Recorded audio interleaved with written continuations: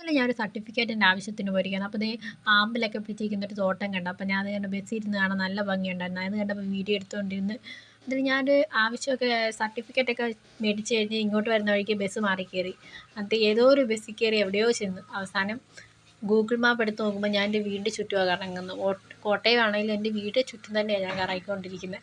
അങ്ങനെ നോക്കുമ്പോൾ ബസ് ഇരുന്നപ്പോൾ നാഗമ്പടം സ്റ്റാൻഡ് കണ്ടു. കണ്ടൊരു സ്ഥലം പരിചയമുള്ള സ്ഥലം കണ്ടപ്പോൾ അവിടെ ചാടി ഇറങ്ങിയിട്ട് കിട്ടിയ ബസ്സിൽ കയറി കുമരകത്ത് വന്നു. കുമരകത്ത് എൻ്റെ കൂട്ടുകാരിയുടെ വീട്ടിൽ വന്ന്.